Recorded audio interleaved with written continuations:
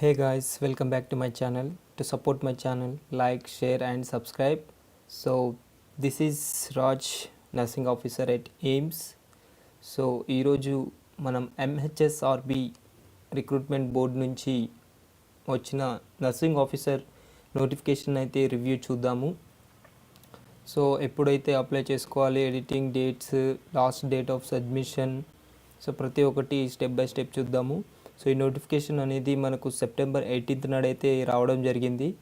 So ఇక్కడ క్లియర్గా చూస్తున్నట్టయితే మనకు నర్సింగ్ ఆఫీసర్ నోటిఫికేషన్ అయితే ఇవ్వడం జరిగింది. సో ఇక్కడ నర్సింగ్ ఆఫీసర్ బ్రాకెట్లో స్టాఫ్ నర్స్ అయితే క్లియర్గా ఇవ్వడం జరిగింది. సో ఈ స్టాఫ్ నర్స్ అనేది ప్రీవియస్ నర్సింగ్ ఆఫీసర్నే స్టాఫ్ నర్స్ అని పిలిచేవారు. సో ఆ క్యాడర్ నేమ్ అయితే ఇప్పుడు కంప్లీట్గా గవర్నమెంట్ అఫీషియల్గా చేంజ్ చేయడం జరిగింది. సో కాబట్టి ప్రతి ఒక్కరు నర్సింగ్ ఆఫీసర్గా పిలువబడాలి. సో నర్సింగ్ ఆఫీసర్ అని పిలిచేలా మనం దాన్ని ఇంప్లిమెంట్ చేయాలి.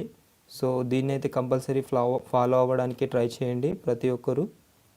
సో ఇప్పటికీ చాలా చోట్ల అసలు ఇప్పటికీ సిస్టర్స్, బ్రదర్స్ అని పిలవడం జరుగుతుంది నర్సింగ్ ఆఫీసర్స్ని. సో అది కంప్లీట్లీగా చేంజ్ అవ్వాలని అయితే కోరుకుంటున్నాను. సో అప్లికేషన్ అయితే మనము ఈ వెబ్సైట్ ద్వారా అయితే చేసుకోవచ్చు. ఆన్లైన్ అప్లికేషన్ mhsrb.telangana.gov.in ద్వారా మనం ఆన్లైన్ అనేది అప్లికేషన్ కంప్లీట్ చేసుకోవచ్చు. So online application start date అనేది 28th September నుంచి స్టార్ట్ అవుతుంది. సో లాస్ట్ డేట్ సబ్మిషన్ అనేది 5 PM 14th October వరకు అయితే లాస్ట్ డేట్ సబ్మిషన్ అనేది ఉంది. సో ఈలోపు సబ్మిషన్ అనేది చేసేయాలి అప్లికేషన్. సో అప్లికేషన్ ఎప్పుడైనా మనము నోటిఫికేషన్ వచ్చిన తర్వాత 2-3 డేస్లోనే వెంటనే సాధ్యమైనంత తొందరనే కంప్లీట్ చేసుకోవడానికి ట్రై చేయాలి. ఎందుకంటే లాస్ట్ డేట్లో సబ్మిషన్ చేసే సర్వర్ ప్రాబ్లమ్స్ అలాంటి ఏమైనా మనకు ఎదురవుతే ఆ ఎర్రర్ వల్ల మనం అప్లికేషన్ అనేది చేయకుండానే క్లోజ్ అవ్వడం జరుగుతుంది డేట్స్ అనేది. సో మీరు ప్రయర్గా చేసుకోవడానికి అయితే ట్రై చేయండి, ఎందుకంటే లాస్ట్ డేట్ వరకు వెయిట్ చేయాల్సిన అవసరం లేదు. మళ్ళీ అప్లికేషన్ ఎడిట్ డేట్స్ అయితే ఇక్కడ క్లియర్గా ఇవ్వడం జరిగింది. 10:30 AM నుంచి 16th October, 5 PM 17th October వరకు. సో 2 days అయితే మనకు ఎడిట్ ఆప్షన్ అనేది ఇవ్వడం జరుగుతుంది. సో మనం చేసిన అప్లికేషన్లో ఏమైనా కరెక్షన్స్ ఉంటే ఈ డేట్స్లో మనం వాటిని ఎడిట్ చేసుకోవచ్చు. So date of examination, so CBT అయితే కండక్ట్ చేయడం జరుగుతుంది. ఎగ్జామినేషన్ ప్యాటర్న్ అనేది సో అది 17th November అయితే సిబిటీ కండక్ట్ చేయడం జరుగుతుంది. ఈ సిబిటీ కూడా మనకు షిఫ్ట్ వైజ్ కూడా అవ్వచ్చు, లేదు అంటే ఒకే షిఫ్ట్లో కూడా కండక్ట్ చేయడం జరుగుతుంది. సో మన అప్లికెంట్స్ అనేది ఎంతమంది చేయడం జరుగుతుందో అప్లికేషన్స్ వచ్చేదాన్ని బట్టి వాళ్ళు షిఫ్ట్స్ చేయడమా లేకపోతే ఒకే షిఫ్ట్ పెట్టడమా అనేది డిసైడ్ చేస్తారు. ఇఫ్ మల్టిపుల్ షిఫ్ట్స్ అయితే జరిగితే మాత్రం నార్మలైజేషన్ ప్రాసెస్ అయితే మళ్ళీ సేమ్ ప్రీవియస్ లాగానే కండక్ట్ చేయడం జరుగుతుంది. సో ఇక్కడ మనకు క్లియర్గా వేకెన్సీ చూసుకున్నట్టయితే directorate of public health and family welfare DME కింద అయితే 15,176 పోస్టులు అయితే ఉన్నాయి. సో తెలంగాణ వైద్య విధాన పరిషత్లో 332, అదేవిధంగా ఆయుష్లో 61 పోస్ట్, ఇన్స్టిట్యూట్ ఆఫ్ ప్రివెంటేటివ్ మెడిసిన్లో సింగిల్ పోస్టే ఉంది ఇక్కడైతే. అదేవిధంగా MNJ institute of oncology regional cancer ఇన్స్టిట్యూట్లో 80 పోస్టులు అయితే అవైలబుల్ ఉన్నాయి. సో అదేవిధంగా టోటల్ చూసుకున్నట్టయితే 2050 పోస్టులు అయితే కరెంట్లీ అవైలబుల్ ఉంది. సో ఈ పోస్టులు అనేది మనం రిక్రూట్మెంట్ ప్రాసెస్లో పెరగచ్చు, తగ్గచ్చు, ఏమన్నా మధ్యలో యాడ్ చేస్తే ఈ నంబర్ అనేది ఇంక్రీజ్ అవ్వచ్చు, డిక్రీజ్ అవ్వచ్చు, అది కూడా క్లియర్గా ఇక్కడ ఇవ్వడం జరిగింది. సో మనకు ఇక్కడ జాబ్కి పే స్కేల్ అయితే 36,750 నుంచి 1,06,990 రూపీస్ అయితే ఉండడం జరుగుతుంది.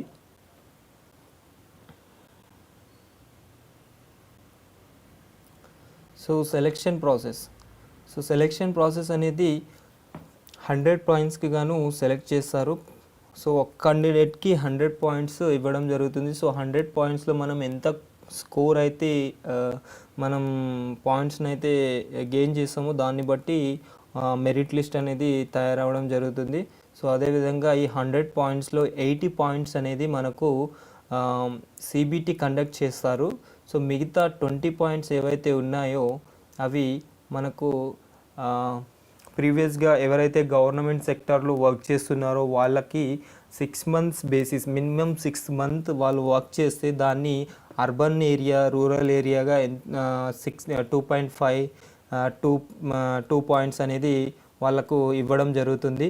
సో ఇక్కడ క్లియర్గా వాళ్ళు మెన్షన్ చేశారు, స్టేట్ గవర్నమెంట్లో పనిచేస్తున్న వాళ్ళకు మాత్రమే ఈ ఎక్స్పీరియన్స్ అనేది కౌంట్ అవ్వడం జరుగుతుంది. సో ప్రైవేట్ హాస్పిటల్లో వాళ్ళకైతే వాళ్ళు మార్క్స్ అయితే అవార్డ్ చేయడం జరగదు.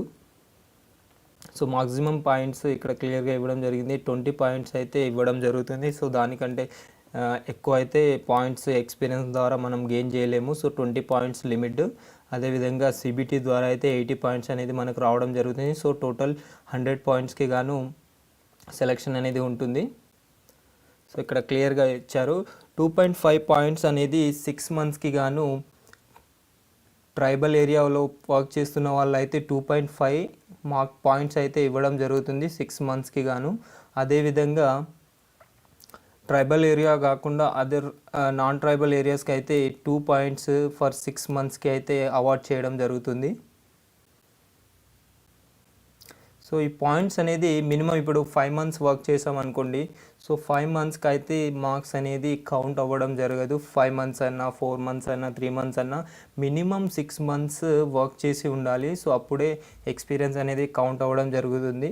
So 6 months, 1 year, 2 years, 3 years అట్లా కౌంట్ చేస్తారు. కాబట్టి ఇది కూడా ఒకటి గమనించుకోవాలి. సో ఆ పాయింట్స్ అనేది అయితే కాంట్రాక్ట్ కింద పనిచేసి ఉండాలి, లేదు అంటే అవుట్సోర్సింగ్ వల్ల. సో ఈ రెండు కాంట్రాక్ట్, అవుట్సోర్సింగ్ వాళ్ళకైతే ఆ ఎక్స్పీరియన్స్ పైన మార్క్స్ అనేది ఇవ్వడం జరుగుతుంది. అది కూడా స్టేట్ గవర్నమెంట్ ఇన్స్టిట్యూట్ మళ్ళీ ప్రోగ్రామ్స్లో వర్క్ చేసి ఉండాలి. సో సర్టిఫికేట్స్ కూడా మనము ఆథరైజ్డ్ కాంపిటెంట్ అథారిటీ నుంచి అది ఎక్స్పీరియన్స్ సర్టిఫికేట్ కూడా తీసుకోవాల్సి ఉంటుంది. సో ఎక్స్పీరియన్స్ ప్యాటర్న్స్ కూడా ఈ నోటిఫికేషన్లో కింద ఇవ్వడం జరిగింది. సో దాని ఆధారంగా మనం సర్టిఫికేట్స్ అనేది కూడా తీసుకోవాలి.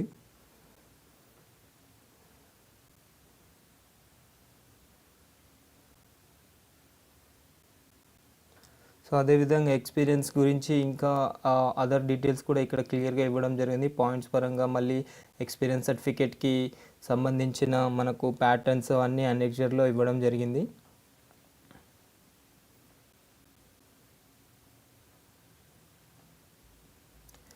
సో మెరిట్ లిస్ట్ అన్నీ అయిపోయిన తర్వాత మెరిట్ లిస్ట్ అయితే మనకు వెబ్సైట్లో క్లియర్గా వాళ్ళు పబ్లిష్ చేస్తారు. సో అప్లికేషన్ చేసే ముందు మనకు ఏమేమైతే డాక్యుమెంట్స్ రిక్వైర్డ్ ఉంటాయో ఇక్కడ క్లియర్గా మెన్షన్ చేయడం జరిగింది. సో అవి చూసుకున్నట్టయితే Aadhaar card, SSC memo are birth certificate, so GNM are BSc certificate, so registration కూడా ఉండాలి. తెలంగాణ కౌన్సిల్ నుంచి రిజిస్ట్రేషన్ అయితే mandatory. Experience certificate if contract లేదా అవుట్సోర్సింగ్ చేసినట్టయితే. స్టడీ సర్టిఫికేట్ 1st నుంచి 7th క్లాస్ వరకు సర్టిఫికేట్స్ అయితే బోనాఫైడ్ సర్టిఫికేట్ అయితే స్టడీ సర్టిఫికేట్ అడగడం జరుగుతుంది.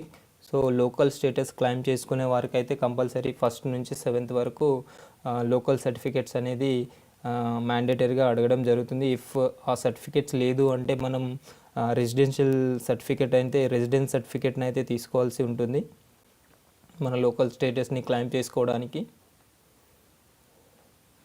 అదేవిధంగా community certificate SC, ST, BC మనకు తహసీల్దార్ నుంచి ఇవ్వడం జరుగుతుంది. So SC, SC certificates, BC certificates కూడా కమ్యూనిటీ సర్టిఫికేట్స్ కూడా మనం రెడీ ఉంచుకోవాలి. సో ఓబీసీ వాళ్ళకైతే నాన్ క్రిమి లేయర్ సర్టిఫికేట్, అదేవిధంగా ఈడబ్ల్యూఎస్ వాళ్ళకు లేటెస్ట్ ఇన్కమ్ అండ్ అసెస్ సర్టిఫికేట్, స్పోర్ట్స్ కోటా కింద అప్లై చేసుకునే వాళ్ళైతే స్పోర్ట్స్ సర్టిఫికేట్, అదేవిధంగా పిహెచ్ క్యాండిడేట్ వాళ్ళకైతే సదరం సర్టిఫికేట్స్, అదేవిధంగా NCC instructor climbing age relaxation. So relevant certificates ఏదైనా కూడా క్లియర్గా మనం ముందే రెడీ పెట్టుకొని ఉండాలి. So service certificate regular employees age relaxation మళ్ళీ అప్లై చేసుకుంటున్న వాళ్ళైతే మళ్ళీ అప్లికెంట్ పాస్పోర్ట్ సైజ్ ఫోటోగ్రాఫ్ అదేవిధంగా సిగ్నేచర్ అప్లోడ్ చేయాల్సి ఉంటుంది. సో ఈ పైన పేర్కొన్న ఇవన్నీ వన్ బై వన్ మనకు అన్నీ మన డాక్యుమెంట్స్ క్లియర్గా ఉండాలి, రెడీగా ఉండాలి. అప్లికేషన్ చేసే వారికి అయితే మనకి ఏదేది అప్లికేబుల్ అవుతాయో అన్ని డాక్యుమెంట్స్ మనం రెడీ పెట్టుకున్న తర్వాతనే మనం అప్లికేషన్ స్టార్ట్ చేయాలి. అప్పుడే మనకు క్లియర్గా అప్లికేషన్ అనేది మిస్టేక్స్ కాకుండా జరుగుతుంది. సో ఎడ్యుకేషన్ క్వాలిఫికేషన్ అయితే ఇక్కడ ఇవ్వడం జరిగింది. So GNM general nursing and midwifery లేదు అంటే బీఎస్సీ నర్సింగ్ చేసి ఉండాలి. అదేవిధంగా ఇక్కడ క్లియర్గా మెన్షన్ చేయడం జరిగింది, తెలంగాణ నర్సింగ్ కౌన్సిల్లో మెన్షన్ చేసి ఉండాలి. సో ఈ సర్టిఫికెట్లు కూడా మనం అప్లోడ్ అయితే అడగడం జరుగుతుంది. సో ఏజ్ రిలాక్సేషన్ చూసుకున్నట్టయితే మినిమం స్టార్టింగ్ ఏజ్ అయితే 18 ఇయర్స్ నిండి ఉండాలి. సో మ్యాక్సిమం ఏజ్ వచ్చేసరికి 46 ఇయర్ వరకు అయితే మనకు ఏజ్ ఉన్న వాళ్ళు అప్లై చేసుకోవచ్చు ఈ బిట్వీన్ ఈ ఏజెస్. సో ఈ అప్పర్ ఏజ్ లిమిట్ అయితే దానికి కూడా కొన్ని కండిషన్స్ ఉంటాయి. ఈ జియోలో తెలిపిన విధంగానే మాత్రమే అప్పర్ ఏజ్ లిమిట్ వరకు కండిషన్స్ ఏజ్ రిలాక్సేషన్ అయితే రావడం జరుగుతుంది. So age relaxation category wise చూసుకున్నట్టయితే తెలంగాణ స్టేట్ గవర్నమెంట్ ఎంప్లాయీస్కి అయితే up to 5 years based on the length of the regular service. Ex service man 3 years, NCC instructor వాళ్ళకైతే 3 years, SC ST BCs EWS వాళ్ళకైతే 5 years age relaxation, physically handicapped పర్సన్స్కి అయితే 10 years age relaxation అయితే ఉండడం జరుగుతుంది.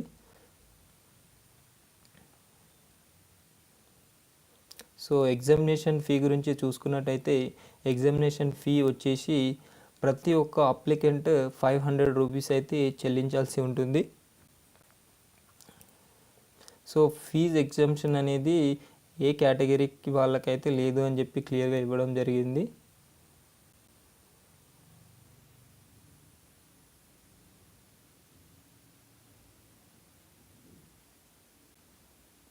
So ఇక్కడ application fee అనేది SC ST BC and EWS PH ex service man of the state వాళ్ళకైతే 200 రూపీస్. అన్ఎంప్లాయిడ్ అప్లికేషన్ ఉంది గ్రూప్ 18 నుంచి 20 వరకు ఎగ్జామ్షన్ అయితే ఇవ్వడం జరిగింది. So applicants belonging to other states are not exempted from payment of fee. So other state వాళ్ళు ఎవరైనా apply చేసే వాళ్ళకు మాత్రం ఎలాంటి ఫీ ఎగ్జామ్షన్ అనేది ఉండడం జరగదు.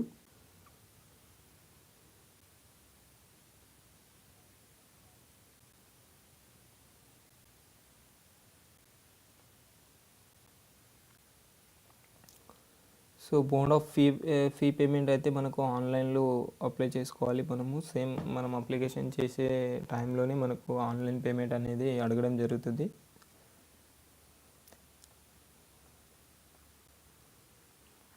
So return test. So written examination గురించి మనకి ఇక్కడ క్లియర్ ఇవ్వడం జరిగింది. 17th November నాడైతే సిబిటి కండక్ట్ చేయడం జరుగుతుంది. సో ఇక్కడ షిఫ్ట్లు వారీగా ఉంటే షిఫ్ట్లు వారీగా, లేదు అంటే ఒకే టైంలో కండక్ట్ చేయడం జరుగుతుంది. If shift wise multiple shifts conduct చేస్తే మాత్రం కంపల్సరీ మనకు నార్మలైజేషన్ ప్రాసెస్ అయితే ఫాలో అవ్వడం జరుగుతుందని క్లియర్గా ఇవ్వడం జరిగింది. సో క్వశ్చన్ పేపర్ అనేది మనకు క్లియర్గా మొత్తం ఇంగ్లీష్లో ఉండడం జరుగుతుంది. సిలబస్ అయితే మనకు అనెక్స్చర్ 5లో ఇవ్వడం జరిగింది.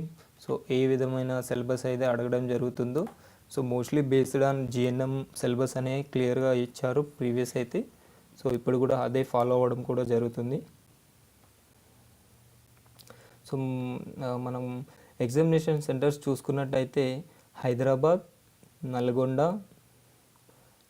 Khammam, Kothagudem, Sathupalli, Karimnagar, Mahabubnagar, Sangareddy, Adilabad, Nizamabad, Warangal, Narsampet. So examination centres అయితే ఈ విధంగా ఇవ్వడం జరిగింది. సో మీకు నియర్ ఉన్న సిటీ అయితే మీరు సెలెక్ట్ చేసుకోండి ఆర్డర్ వైజ్.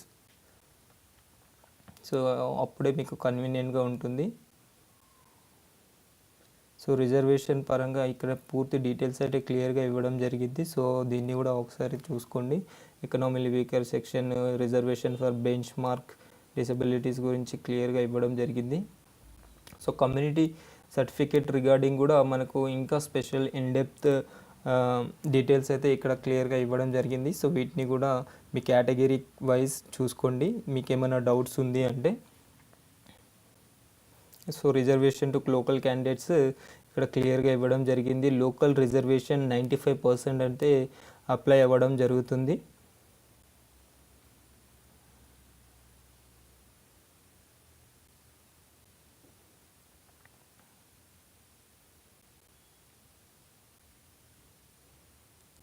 సో జోన్స్ చూసుకున్నట్టయితే మనకు మొత్తము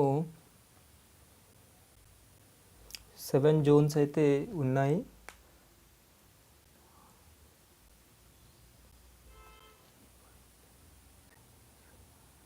సో జోన్స్ చూసుకున్నట్టయితే ఆసిఫాబాద్ జోన్ 1, ఆసిఫాబాద్, మంచిర్యాల్, పెద్దపల్లి, జయశంకర్, భూపాలపల్లి, ములుగు డిస్ట్రిక్ట్స్ ఇందులో ఇంక్లూడ్ అయి ఉన్నాయి. జోన్ 2 మనకు ఆదిలాబాద్, నిర్మల్, నిజామాబాద్, జగిత్యాల్. జోన్ 3 వచ్చేసి కరీంనగర్, సిరిసిల్ల, రాజన్న, సిద్దిపేట్, మెదక్, కామారెడ్డి. జోన్ 4 వచ్చేసి Kothagudem, Khammam, Mahabubabad, Hanamkonda, Warangal rural urban. Zone 5 Suryapet, Nalgonda, Bhuvanagiri, Jangaon. Zone 6 వచ్చేసి మేడ్చల్, మల్కాజ్గిరి, హైదరాబాద్, రంగారెడ్డి, సంగారెడ్డి, వికారాబాద్ అయితే ఉన్నాయి. అదేవిధంగా జోన్ 7 మహబూబ్ నగర్, నారాయణపేట్, జోగులాంబ, గద్వాల్, వనపర్తి, నాగర్ కర్నూల్ డిస్ట్రిక్ట్స్ అయితే దీంట్లో ఇంక్లూడ్ అయి ఉన్నాయి. సో ఇంకా అడిషనల్ ఇన్ఫర్మేషన్ అయితే ఇక్కడ క్లియర్గా ఇవ్వడం జరిగింది. వాటిని కూడా ఒకసారి చూసుకోవాలి.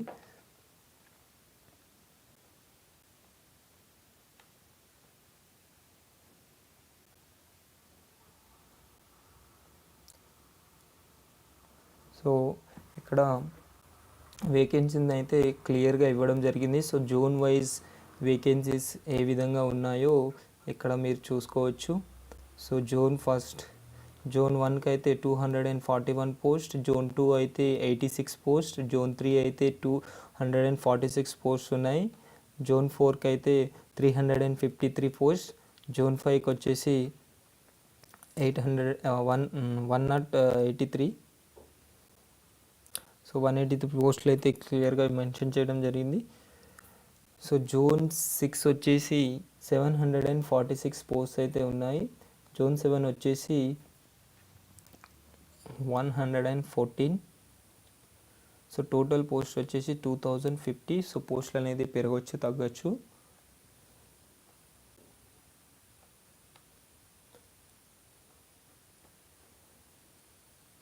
సో సర్టిఫికెట్స్ అయితే ఏ అథారిటీస్ అయితే మనకు ఇష్యూ చేయడానికి ఎలిజిబుల్ ఇక్కడ క్లియర్గా ఇవ్వడం జరిగింది. సో వాటిని కూడా ఒకసారి గమనించుకోండి. ఫేక్ సర్టిఫికెట్స్ కూడా చాలామంది పెడుతూ ఉంటారు. సో కాబట్టి అవి మనకు మళ్ళీ పునరావృతం కాకుండా గవర్నమెంట్ అయితే చాలా కండిషన్స్ని అయితే అప్లై చేయడం జరుగుతుంది. సో జెన్యున్ సర్టిఫికెట్సే తీసుకోవాలి. కాంట్రాక్ట్ అవుట్సోర్సింగ్ ఎంప్లాయ్కి అయితే ఇక్కడ ప్యాటర్న్ ఇవ్వడం జరుగుతుంది. సో అదే ప్యాటర్న్ని మీరు ఫాలో అవ్వాలి. సో కాంట్రాక్ట్ వాళ్ళకైతే ఈ విధంగా అప్లికేషన్ చేసే ముందు మనం ఎక్స్పీరియన్స్ సర్టిఫికేట్ని అయితే తీసుకోవాల్సి ఉంటుంది. అదేవిధంగా అవుట్సోర్సింగ్ వాళ్ళకైతే ఈ విధంగా సర్టిఫికేట్ తీసుకోవాలి experienced.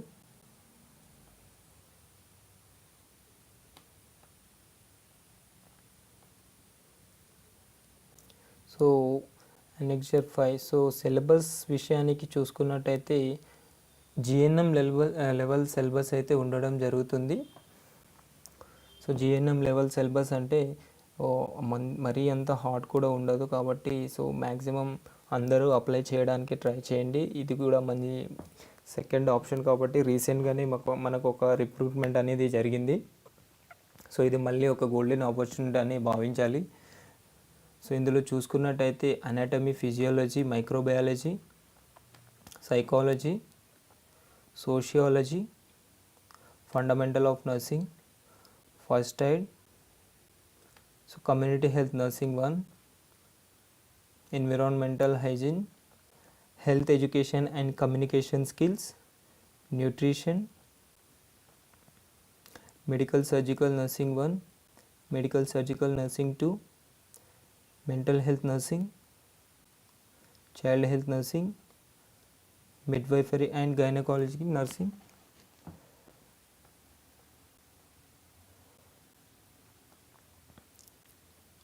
community health nursing 2, nursing education, introduction to research, professional trends and adjustment, nursing administration and ward management.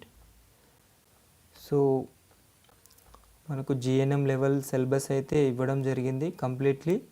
కాబట్టి అందరూ జాగ్రత్తగా చదవండి. ఎగ్జామ్ డేట్ అయితే చాలా ఎక్కువ రోజులు అయితే మనకు అసలుకే లేదు. సో ఇప్పుడే ప్రిపరేషన్ అనేది స్టార్ట్ చేయండి.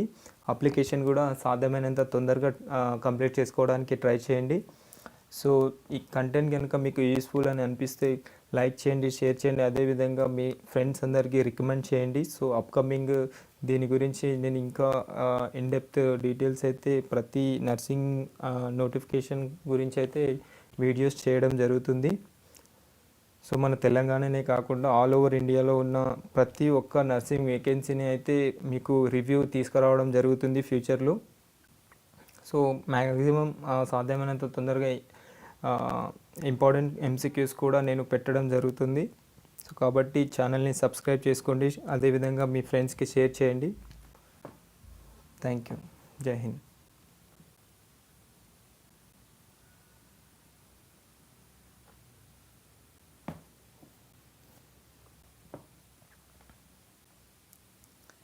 సో మీకు దీని గురించి ఏ విధమైన డౌట్ ఉంటే కామెంట్ సెక్షన్లో కామెంట్ చేయండి.